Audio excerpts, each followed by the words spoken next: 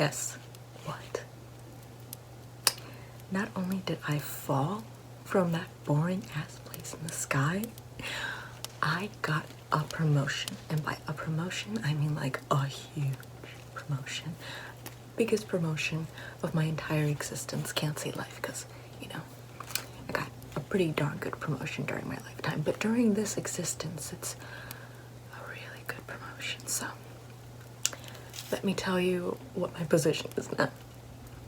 I am the new Lucifer, Beelzebub. I know, the princess of darkness. And I'm just kind of like, yay me. I get to choose now who comes around me in my posse, how close they are to me, and how I get to decorate this entire pad. And guess what? It has 9 levels. So, and then inside of each level, there's like a different compartment, so that way I can actually like, you know, furnish and redecorate those different compartments as well. For example, in the 9th circle of hell, that is reserved for, I believe, murderers, sodomites, suicide, people who've committed suicide, and no, was that the 9th circle or was that the 8th circle? And the 9th circle was the one reserved for traitors. No, or heretics. The ones, nonetheless, we're gonna break it down. Do not worry, we're gonna break it down because as you can see, you're not up there. Count your lucky stars. I was up there and it's not that great. So, now that you're here, I am going to be giving you a decision. You could always go to purgatory because of course I'm not gonna have people stay here, you know, against their will like some people. I'm someone who likes choices. So you can either stay here or in purgatory. Purgatory is like a lesser form of heaven. Like it's not hell. Like you just kind of like don't get to say that you're in heaven, but like that's kind of like the worst of it basically. So you could say stay in purgatory or you could stay down here and you can get to choose which level you live on, which compartment you live on, and how, you know, I'll basically show you the living styles of each level and compartment and whatnot. So, what do you say? Okay, let me give you a house tour of hell. So, first, let me just scroll on up. Excuse me, flowers, would you mind not touching my horns? God, it's like, stop touching me.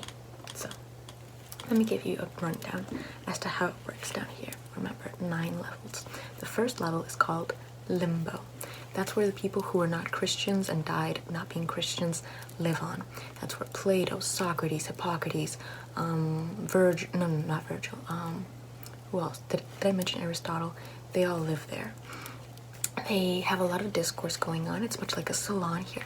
I will be flashing photos here of the different, like, you know, housing aesthetics that they have going on. Each one, trust me, is going to be a very fabulous and beautifully furnished place to live on. It's just their own entire world reserved for themselves. So this is like, I was inspired by Emily du Châtelet when it came to the decorating this level, you know, the whole salon of enlightened thinkers sort of idea, because typically enlightened thinkers don't kind of, you know, abide by a strict set of morals that end up, you know, restricting what it is that they can think about and, you know, contemplate, expand upon. So I decided to kind of go with a more Baroque and, how should I say it, a more French, like, Rococo sort of taste to this level of room, something that was inspired to me by the, you know, Western Europe of the 17 and 1800s, which was when the Enlightenment era was happening. So even though, you know, the most prominent figures within that level are, as I said before, Plato, Aristotle, Hippocrates, Socrates, the likes of them. So if you just want to kind of keep it basic and want to have good discourse with someone, this is the level you could be on. You know, just if you weren't Christian or weren't a baptized Christian, then you can just kind of head over onto this level. Nothing bad goes on. There's no torture. There's no nothing. I mean, to be honest, I kind of abolished torture, except for, you know, those like BDSM kinky types. Like all the torture went their way and they're like loving it now. But there's no torture here, even in the beginning. And they just kind of sit around, chilling, getting more and more people to talk to. It's a very nice place because you get to meet new people, you get to talk to new people, you could expand about different ideas, and it's super nice. Like, I highly recommend it if you like discourse and, you know, political, philosophical, well, existential goes into philosophical, philosophical topics of conversation, just and on top of that, you get to scope out how the current world affairs are going on, because I do have, you know, little treats for the people who live on this level, you know, illustrating to them or displaying the current world that is going on, you know, whatever year that's currently on. You know, for example, like Socrates and Plato, they got to see, when was Socrates born? I think it was like 300 or 400 BC. I believe it was somewhere around there. No, I think Socrates was born, no, Aristotle was born 200 something. I know that they all kind of went back to back. So it was Socrates first, Plato next, and then Aristotle, and they were basically like, they were old enough to be each other's fathers. But I can't remember when exactly that started. Nonetheless, I think Aristotle died in the 200s,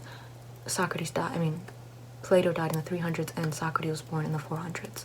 Nonetheless, since those times, they've been able to see how mankind has developed, you know, how the Roman Empire developed, how Jesus, you know, came along, how the Roman Empire fell, how Christianity rose, how, you know, the Anglo-Saxon, which then turned to, you know, England, kind of rose, and just the history and everything that went on, all of the wars, all of everything, and they've been having great discourse about it. Is it inputted into the real world? No, because if it was, you know, if any wisdom was to be imparted onto the real world, do you think people would, one, listen, and two, would you, like, they would be controlled, and I don't want control. I want them to kind of play out and see what happens. Like, you know, that's what makes it very highly interesting. So I don't let them, their ideas kind of like go out. I let them just keep it. But nonetheless, if you like discourse, this is the place for you. You want to hear the other 8 levels? Perfect. Let me just. The second level is going to be lust.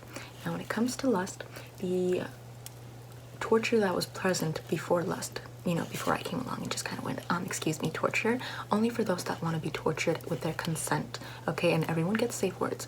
So, on the second level, that is where all the lustful people went, you know, adulterers, fornicators, let me see, what else is quite lustful? Not the creepy lustful people though, not the, you know, like, you know, furries and pedophiles and all those people. Like, those people are not in hell. I really don't want them here, to be honest, and I don't know where they go.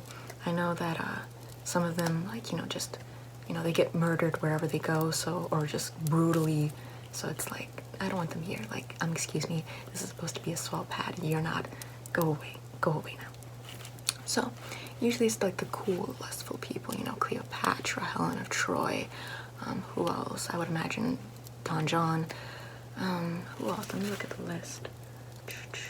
Tristan, and yeah, that's about it. That kind of completes. Let me think of any other examples. You know, let's think of famous adulterers. I would imagine, no, Delilah didn't exemplify adultery. She exemplified betrayal. So yeah, nonetheless, this is like, I was inspired by, you know, Venus of Furs and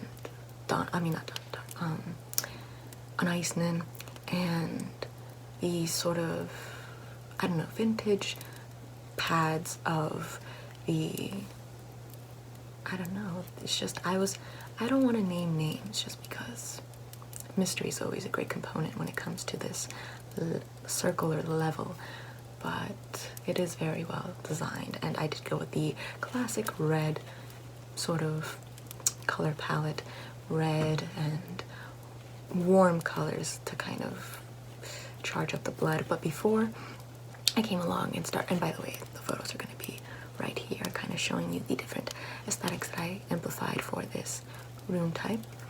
Now, before I came along, the way that these people were tortured on this level was that there were going to be strong winds blowing them away constantly. They had to keep pushing through it for the rest of their eternity. And I was like, first of all, how is that a torture? Like, I thought hell was just that you burn in hell, you know. And I was like, excuse me, I'm totally prepared for that, because number one, I'm a queen roaster. Number two, I'm always smoking hot, so like, bring it on. But when it came to the strong winds, I was like, excuse me, what is this nonsense? Like, just like, what? Just strong winds?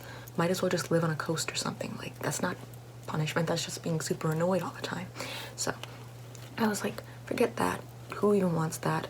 Like, gonna just put it away. And it's no longer around anymore, so thank you, me.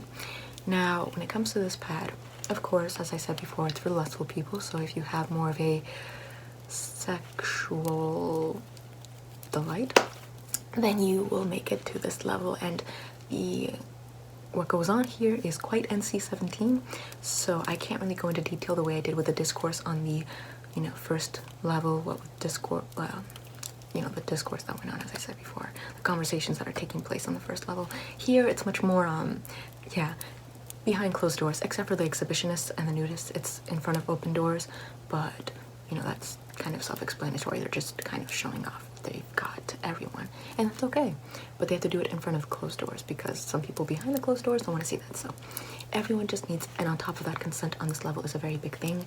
So if you're not someone who's going to abide by that rule, then you're going into the room of strong winds. So, and they're going to constantly blow you away, and it's going to be super annoying the way you are super annoying. So that's kind of how this level works. If you want to be on this level, you just gotta be kinky as hell, and that's about it. So what do you think so far between first or second? What's on your mind? Do you have a certain penchant for either one, a certain preference? Not yet. Okay, let me go to the third circle. The third circle of hell is gluttony. So that's basically where we have a ton of food all the time, delicious food, you know, just displayed out forever. You're never gonna finish up. You can have your favorite food for the rest of your life if you want. You can also have different foods if you ever get tired of your favorite food, and it's all gonna be just scrumptious, you know, foods, cuisines from all over the universe. Yes, universe. I mean, if you want to get a little bit more, like, you know, personal and realistic and something that's you're a little more comfortable with, then you can always ask for terrestrial cuisine from different parts of the world. But if you are someone who's a little more adventurous, then you can just ask for whatever cuisine is going on in other parts of the universe. And of course, I'm not going to be giving you any foods that would end up damaging your biological or digestive system, because there are some foods from different parts of the universe that, you know, human beings don't digest well. But for the ones that do, and the ones that I find to be delicious, I recommend it, and I end up kind of putting it on the dinner menu. So, and yes, this whole 9 circle thing kind of applies to the universe. So, isn't that a great thing? So, yeah, there's just a ton of food all the time. So if you're someone who just likes eating all the time, and I mean, like, think Studio Ghibli. That's what you want to think. That food all the time, 24/7, laid out. So that is my, and on top of that, I decorated the place in accordance to not necessarily any sort of like kitchen, but in the essence of whatever food is being brought out. So if, for example, if you want some I don't know, Colombian cuisine, you are going to be surrounded by Colombian culture. If you want some Indian cuisine, Indian architecture, Indian culture, Indian furnishings. If you want any Italian, French, not Nordic. Nordic food is not. Like, just Norway itself is just not. They serve ham and cheese in tubes. That's just, sorry, that's not cuisine. That's just disgusting. So what other countries? Or, no, countries, because continents themselves is just like you're overlooking a bunch of food. Asian cuisine as well. So depending on the place is decorated as such. So I will be flashing some examples up here, but it won't cover everything because it is so dynamic and eclectic. So the people that are there are typically people who are a little more on the heavier side. Mama Cass is here. Who else? Marlon Brando. Marlon Brando loves this. I mean, Marlon Brando could have gone to the second circle considering how he had 17 children, but with different women. But not to mention all of the other different affairs that he had that didn't result in children. But obviously, Marlon Brando's gonna choose the third circle where there's a ton of food all the time, and he's just like sitting there, and he's just fabulous. On top of that, you don't get fat on that level. Like, you don't get to Marlon Brando's obese point, unless of course you like the more thick look. Then you can kind of have that liberty. But like, you know, Marlon Brando's wheelchair-bound look of being overweight is not the case. Like, he was all like, "Can I be like back to my, you know, streetcar named Desire look?" And I was like, hell yes, Marlon Brando, hell yes. Boom, you're back to being the streetcar named Desire look. And let me just flash a photo of him like this. There we go. He is honestly just like, does this not make hell worth living? Like, just that photo would turn the third circle of hell into the second circle of hell. So yeah, he's a popular member on this floor for good reason. So that is third circle of hell. So does this by chance pique your interest? Okay, you want to keep, okay, let's just keep looking through it. At the end, I will be telling you the different prices of each level, what exactly you need to do and whatnot, and we'll make a decision based on that. Once again, this is not a permanent thing. If you decide that you want to move from one circle of hell to another circle of hell, then you can feel free to do so. You just kind of have to live there as a, you know, temporarily, and then with time, I can kind of grant you more of a citizenship within that level of hell. But it's more of a process, just to make sure that whatever place you're going to is something that you would feel is more your characteristic. You won't, it's not a final locked or, you know, permanent decision on your end. So we just want to kind of keep it cool, but also kind of keep organized and whatnot. So I keep everything locked into my computer, all of the information on my computer, and it's a great computer too because we're in house, so like, and I'm going to add your notes and your details into my computer at the end as well. So that's what's going to be happening. Now the fourth circle of hell. The fourth circle of hell is reserved for greedy people. And I know people hate greedy people, but these people... My poor table got punched. Now, these people are only negotiating and dealing with each other. So it's more of like a very violent and turbulent game that they only play with themselves over the people who enjoy that sort of like chess-like analytical maneuvering, that game of Risk. They get to stay there and just interact with each other and see how the die rolls, basically. So it's very, very fun. It's much like Casino, and also like, I don't know, it's very fun, to be honest. It's nice to go there sometimes and visit, much like Las Vegas. Like, sure, great, granted, no one likes to have that sort of guy, you know, taking you for everything you have. But if you're the guy taking other people for all they have and doing some sort of system or trying to see how you can work it, that's kind of the fun of the game. So that's what they do, and that's the world that they constantly live in. So the people who live here are, let me see if I can remember some greedy people. Obviously priests and certain popes, like for example, Pope Alexander the 4th or 14th, can't remember, the father of the Borgias. He lives here, obviously. Who else? Marie Antoinette kind of visits here sometime, but she wasn't greedy. It's just sometimes, since she died from people thinking she was greedy, sometimes she kind of has an existential crisis and says, fine, I'll be greedy because everyone thinks I'm greedy, I'll just become greedy. But she lives on the 3rd floor where, you know, she eats cake all the time, even though she's also kind of salty about that because she was like, I never said let them eat cake. And I was just like, yeah, but it makes for a good story though, so. And then she's kind of upset at me for not correcting the situation when I knew that none of this was true to her. And I was kind of like, yeah, but it made for a pretty darn good story, so like, sorry, not sorry. Nonetheless, who else lives here that's greedy? Who are some greedy bastards throughout the history? I am having such difficulty thinking about this. Well, a lot of the French bourgeoisie live here from before the French Revolution. Louis the 14th lives here, not the 16th. The 16th was just kind of like an ignorant child, much like his wife. But the 16th lives here, the 15th lives here. What else? There's going to be a couple of presidents here as well, American presidents. Soon enough, there's going to be a new American president who lives here, but he's going to be kind of pushed to the side because he was kind of really annoying, so like. And then, who else lives here? Shame, can't think of it. But a lot of really greedy, annoying people. I typically like to kind of get my hands on, and yes, fictional people do live in hell too, so great. Like, it's just fantastic. So I kind of like to get my hands on the likes of, you know, every Robert De Niro character from Martin Scorsese movies. And Michael Corleone wasn't really, no, he was greedy for power. Yeah, so he lives here. Scarface lives here. Al Pacino. Oh my god, how could I forget?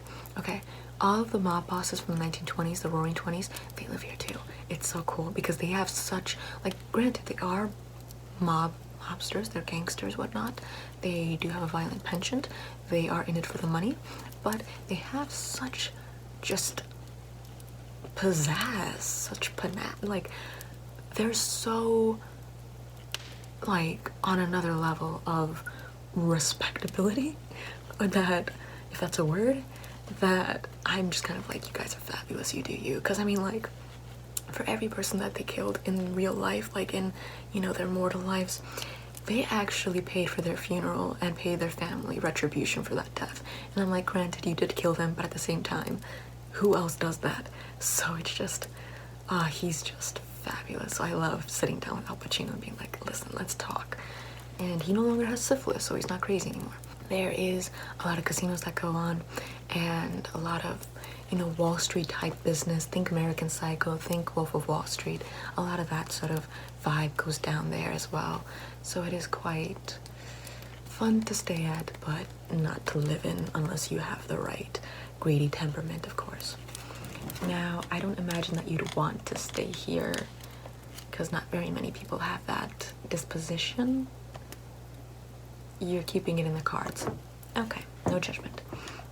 Now, the fifth, to also go over the way that the people were tortured. In the second layer of hell, the people in that layer had to push I believe it was pushing a ball back. No, that was the second layer. The second layer, strong winds. Third layer was slush. Slush. Yeah, the third layer of people, the gluttons, before they were having to stand and live within slush all the time, that were just constantly there, like, you know, basically living in a sand trap for the rest of their eternity, which is obviously very annoying. Like, all of these punishments are more annoying than painful. Like, it's just like, oh, really? I have to live this way forever? I mean, it's not like any sort of, what's his face? The one that was, he gave mankind, I think, the gift of, and some sort of independent gift, and he ended up having to be strapped onto a boulder, and a vulture consistently pecks out his liver, and his liver regenerates every night, only to have the vulture eat his liver out again. But what was his name? Prometheus, I think it was. I think it was Prometheus, don't quote me. So, the greedy ones are the ones that need to push back a ball all the time. And then, yeah, so they push back like a boulder up a mountain all the time, just like a huge boulder. They're consistently pushing it back or up a mountain, and then they just have to consistently do that because the mountain never ends. Now, the fifth layer, or fifth circle of hell, is the layer where angry people live, wrathful people. Their punishment back in the day was that they were drowning within the river Styx, and the wrathful, the angry people, I don't exactly know the details as to who was who. Angry people were the ones who were in the water trying to get into the boat, fighting to get into the boat, and the wrathful were the ones that were, you know, basically hitting the angry people from getting on the boat with a stick, the oar. So that was their torture, was just perpetual fighting, perpetual struggle. So it makes sense, but at the same time, like, it's just more annoying than anything. Some notable examples of people who were angry could be Ivan the Terrible, who struck his son, his heir, to the throne and killed him out of being angry at him. Well, I mean, he was paranoid schizophrenic, I believe, so, like, that kind of had something to do with it, and he was constantly always believing that there was a threat around every corner. But at the same time, he struck him because he, I believe, won a chess game. So his son won the chess game, so he ended up striking him, and he died. And then, and once again, all the photos of the furniture and furnishings of each layer are going to be right here. Who else is an example of rage? Ivan the Terrible is also a good example of rage, where, because if he found anyone who disrespected him, for example, there was a case where there was some Muslims who came to visit him, and because they had their head wrap on and refused to take it off, he decided that it was a great offense to him, and he ended up nailing their turbans on, or their head wraps on, killing them. So he's also here too. And who else was a rage? I guess Henry VIII could also be here too, just because he killed so many people out of feeling betrayed.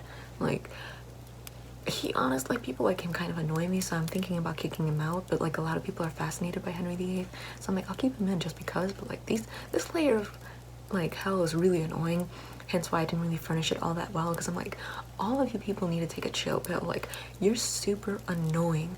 God, like the torture in this system didn't really change, to be honest. Like, I didn't really do all that much. I just added a little more decoration, a little more pizzazz, but that was just for me, it wasn't for them. So like they were really annoying in my opinion. Like Henry VIII, like he was all like, oh, my second wife is not giving me a son, I'm gonna kill her and accuse her of so many things so that way I feel better about myself. And I'm like, go kill yourself, Henry VIII. Honestly, just kill yourself. And then his fifth wife, Catherine Parr, who was like a 16-year-old when he married her, and he was all like, you know, old as balls by the time he married her, with a gangrenous leg, fat as hell. Like, you're gonna marry this beautiful 16-year-old girl looking the way you do. Honestly, do you have no compassion? So he ended up marrying her, and then because she wasn't a virgin upon marrying him, which was required by law, like every, you know, queen who married a king had to be a virgin, she was executed afterwards when they found out. Like, she didn't even cheat on him. Like, granted, she could have cheated on him with the flirtation that she had going on, but like, she didn't even cheat on him like during the marriage. She just wasn't a virgin when they married, and because of that, he killed her. He cut her head off with an axe. Like, at least the second wife got a sword. He killed her with an axe. This guy was just and then he was planning on killing his sixth wife too, for having different political opinions than him. And I'm like, what are you on? So anyways, this level is super annoying. Listen, I wouldn't even like, this is more like a punishment level, to be honest. Like, I don't even like people here, to be honest. Like, here, I took notes from George Carlin on this level where he said that you're just going to televise the angry people, give them all the weapons they want, give them all the nonsense, trap them all together, and just see how exactly the drama goes on between them, because frankly, they're just annoying to everyone. Now, the sixth circle of hell is kind of my favorite. This is where all the heretics go. Now, here, the previous torture are the more traditional type. People who are heretics used to come here, are put in tombs, and then those tombs are set on fire along with them since they're inside the tomb. Now, I was just kind of like, listen, that's not gonna happen anymore. So when it comes to the heretics, I feel like that goes a lot along with the first circle of hell, where there's a lot of discourse going on. So for this circle of hell, I decided that I would kind of make it along the same lines as the salons. And, you know, a lot of people consider heretics are the ones that can't, you know, take jokes when it comes to faith-based comedy, or people who, for example, I guess people who propose, you know, like a different form of faith that isn't from the common, like for example, Wiccan and witchcraft. And I mean, witchcraft isn't like a religion, but it's a set of, you know, actions or daily rituals, or not even daily rituals, that, you know, comprise someone's hobbies that people want to kill them over in the mortal world. So because of that, I decided to kind of give it a little more of a natural vibe, more of a, I don't know, pagan sort of like Wiccan vibe, if that's not Wiccan, witchcraft vibe. So there's a lot of I don't know, it's like crystal balls, fairies all around, like statues of fairies, statues of dragons, a lot of different astrological symbols going on here. There's gonna be some photos of it. It's very much beautiful. Like, I'm very fascinated by it. It's gorgeous. So I think I'm very proud of it. Some notable examples of people who live here are, let's see, heretics.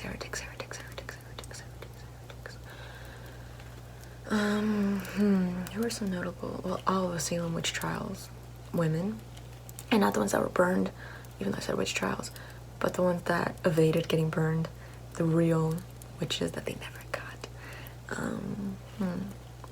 Who else? There is Lilith. Lilith is a major figure in this level. She loves being here. She's all like, these are my people. Who else is here? Heretics. And I mean, like, I feel like there's a lot of modern day. All the 60s people, well, most of the 60s people live here too, even though a lot of them live in the second layer of hell, where there's, you know, lust going on, but except for Mama Cass, who lives in the third layer. But in the sixth layer, I believe we're on, there's a lot of the, you know, Stevie Nicks is, I'm pretty sure, coming down here too. Who else? Janis Joplin lives here, even though she also kind of lives in the second she's thinking about moving to Second Life, but she was here too. Janice, Aleister Crowley, what's his face? Anton LaVey, Led Zeppelin, all of them are gonna live here, except for John Bonham. He's gonna live in the third circle of hell in Gluttony, because, you know. So, Jimmy Page is definitely gonna come down here though, so if you like that, then it's gonna be super fun. Florence Welch, if you like her, she's destined to come here too, so I'm like, hey, come over here. Like, you are destined for right here. So this is kind of like, once again, how it looks, and it's just, and I took some notes from Florence Welch's apartment too, from Stevie Nicks' aesthetic and from Florence Welch's apartment, where the, I don't know if you saw the Now, or what's it called? It's something Now, like Apartment Now or something like that, but it went into Florence Welch's apartment, and the way she decorated it was very nice, so I like it. And Dita Von Teese is also destined for the second layer, so I'm like, yes, I can't wait for these people to come down here. Now, the seventh circle of hell is where the violent people are living. Once again, not my favorite. So, in this circle, Alexander the Great actually lives here, but that's kind of argued just because Alexander the Great wasn't that violent. I mean, like, he was obviously a general, a commander, very famed, very powerful, and his strategy died very young, sadly, because imagine how much he could have conquered the world. Like, that would have been interesting to see how far he could have gone. But then again, you either, you know, die a hero or you live long enough to see yourself become a villain. So he could have pulled Julius Caesar, even though Julius Caesar wasn't a dictator or violent. He was just getting too much power, and considering how the Romans had a republic going on and they wanted to maintain the republic, Julius Caesar kind of declaring a sort of monarchy, which they were moving away from, or a dictatorship of sorts, was obviously going to threaten the republic that they were working towards, even though he wasn't doing anything illegal or anything wrong. He was just kind of, in fact, quite the opposite. He was actually, you know, implementing really good infrastructure and really good structuring the society and the way it worked quite well. So it was a shame that they killed him, because he could have gone so far, and especially since he was favorable to the people of the time. So by them killing him, they ended up having to, like, they themselves run away and face persecution. So nonetheless, what was I going on? Alexander the Great. It's argued whether or not Alexander the Great is here. I think when it comes to violent people, Bloody Mary is here, because she was someone who burned a lot of people. So this layer is very annoying too. But then again, Bloody Mary, no, Bloody Mary isn't here. She's in heaven. Damn, that's horrible. Yeah, she gave birth. She was Catholic. She was Christian, so up there. And no, it has to be super awkward up there. So nonetheless, who else is here? Violent people, violent people, violent people, violent people. The Huns are here. Who else is here? Violent people. The Vikings. Oh my god, the Vikings. They're there too. So, like, I mean, it's fun to watch. It's not fun to be around them, because they rage through villages, and it's fun seeing them interact with the Huns, because the Huns are all like, we're going to pillage you, and the Vikings are all like, no, we are going to pillage you. And it's like, who's gonna win?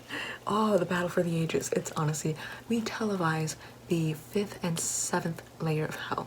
Was it the 5th, the one that has anger in it? Yes, 5th and 7th layer of hell. I didn't do very much to them, because frankly, those layers not that fun. Except I just honestly put cameras all over the place, much like a Big Brother, Total Drama Island sort of thing, and we just record everything that goes on, and like, we watched in other circles of hell, including my pad, which is like at the bottom, but like, it's fun. So that's what goes on there. Now, let's see. The 7th circle of hell used to be, actually that's where there's 3.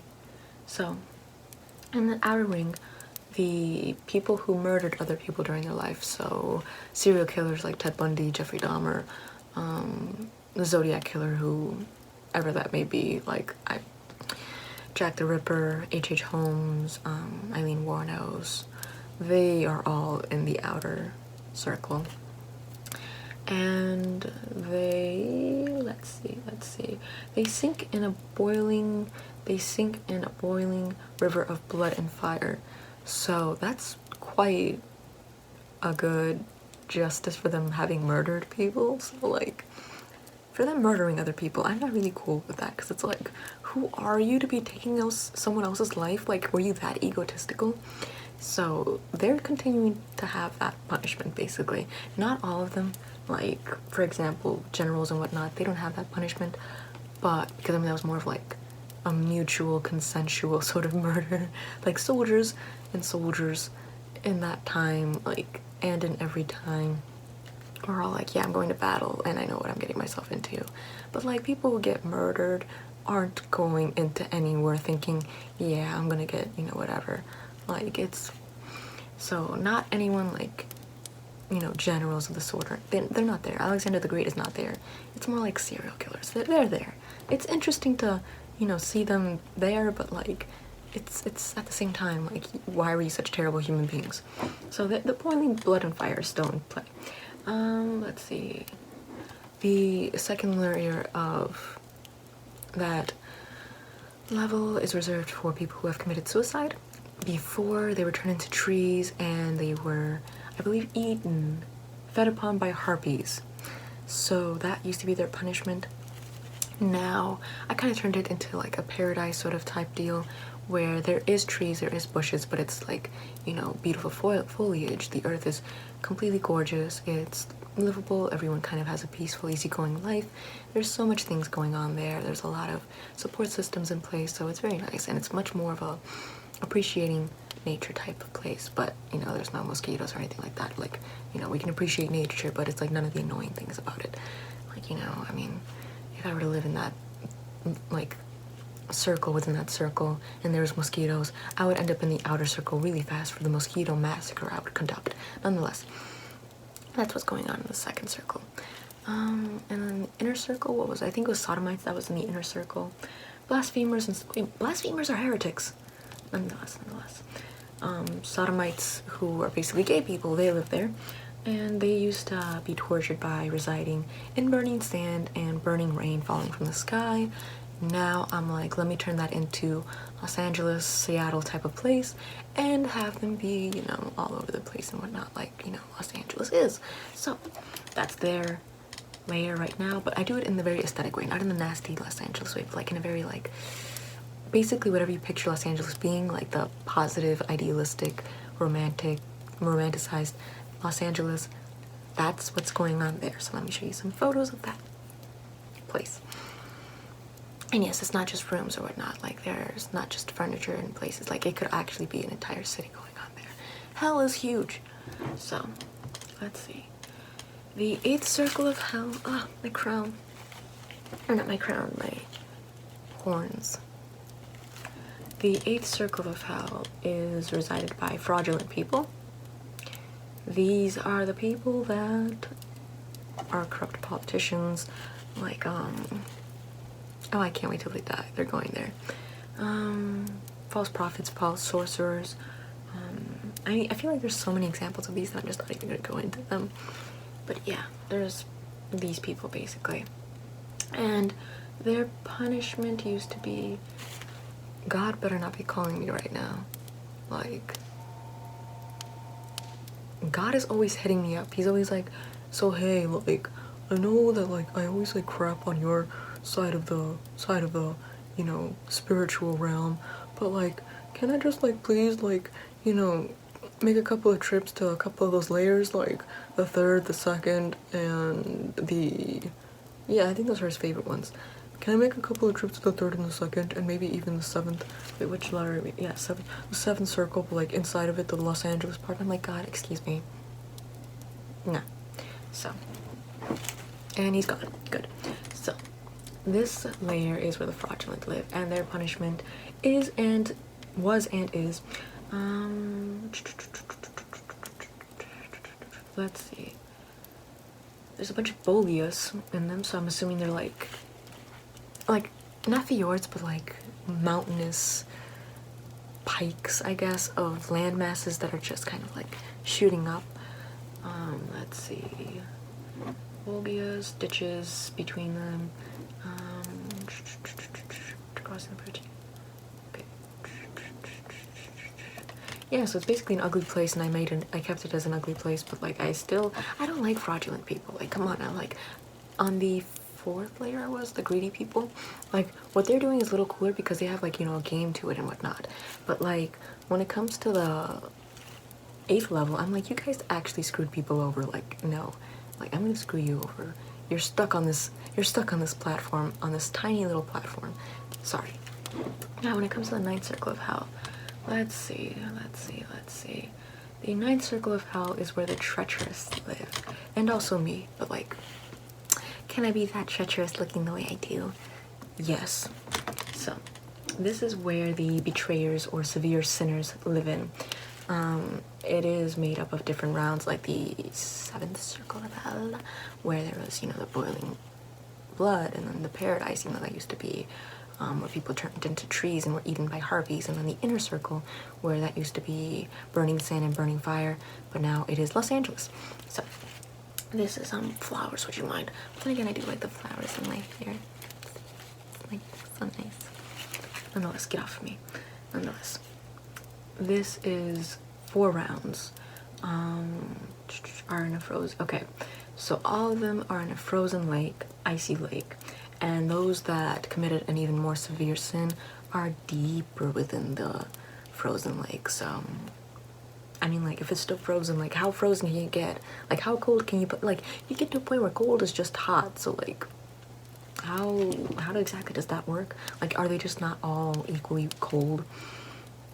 Let's see. Usually 4.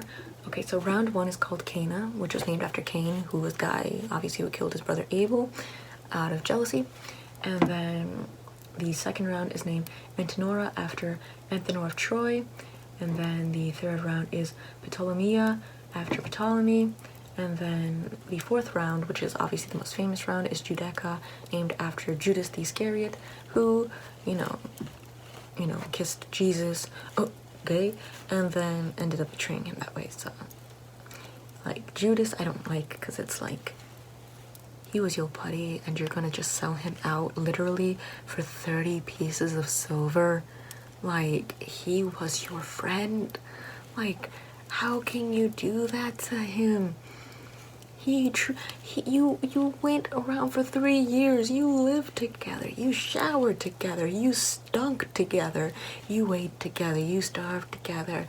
You ran from persecution together. He taught you. He took you in. You guys became buddies. And you're over there just throwing all of that away over 30 pieces of silver. How selfish could you be?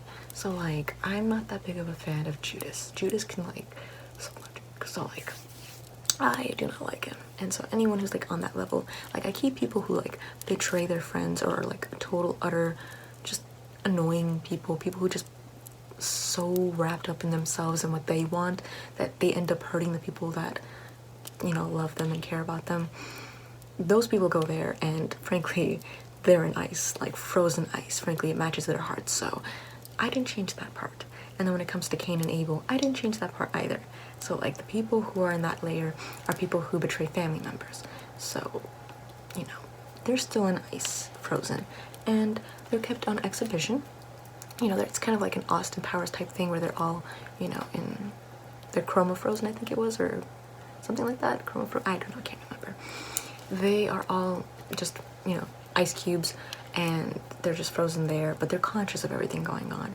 And I kind of have like a little plaque going right there in front of them, much like a museum, that says all of their receipts and what exactly they did. And then people pass by and they spill a bit of tea in front of them and they start judging them, and I'm like, exactly, that's what you get. So that's that level of hell. If you haven't stabbed anyone in the back, you know, like, obviously fallouts happen and whatnot, but like, it depends. Like, it really, context really plays a key.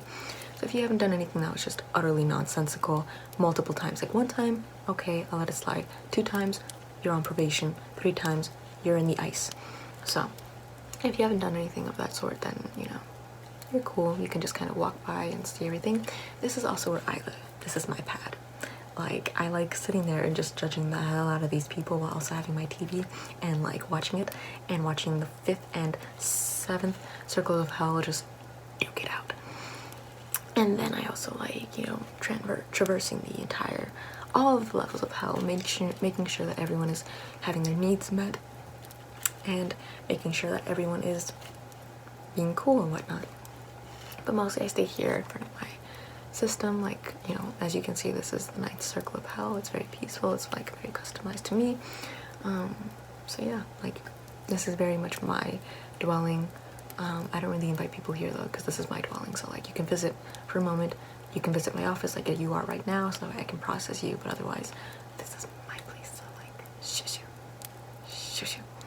So nonetheless, your options are between the 8th to the 1st circle of hell. So now that you've gotten a rundown as to what it is all about, you may now choose what it is exactly that which one exactly you would like to go to. So, have you made a decision? You want to stick to the first one and then work your way down and see which. Okay, we can do that like a trial run, basically. Okay, let me just type you up then. Now, okay, let me get your first name, please. Actually, yeah, first name.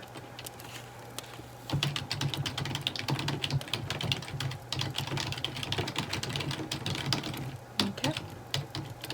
And now, may I have your birthday, please?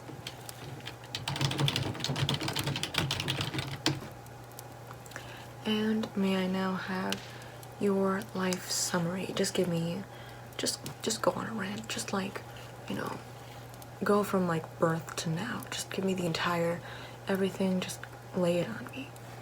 Give me your Wikipedia biography. Okay. I'll be typing the notes as you go along, so just keep hurling the points at me and I'll just type them all out. So like, this is my job. My job is to type. So like, just hit me with it. So okay.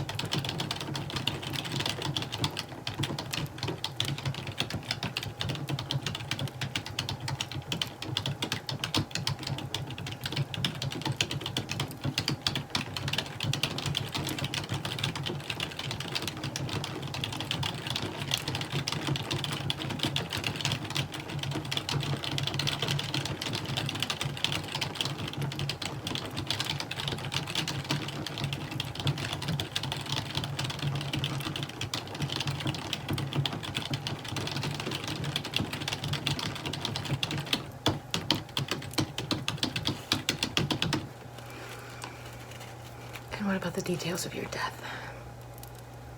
Good. I love those details. It's like the most intimate and personal and juicy, so it's like, get ready for the juice.